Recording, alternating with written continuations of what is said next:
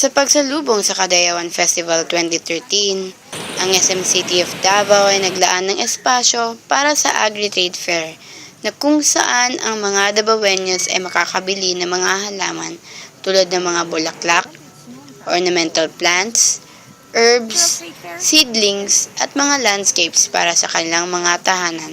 Isa dito ang Flower Stop na 6 na taon nang nagbebenta ng kanilang mga produkto tuwing Kadayawan Festival. Ito is landscaping talaga. Then, nag-landscape din kami. Then, yung mga rates namin,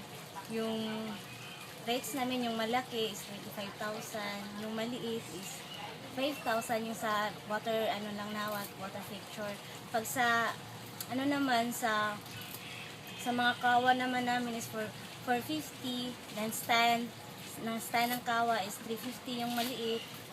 Then, yung mga pagudas naman namin, 350, 450, 550. Siya yung mga...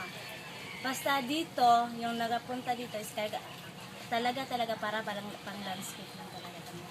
Ang Agri-Trade Fair ay nagsimula noong unang araw ng Agosto at magtatapos ng ika-27 araw ng Agosto.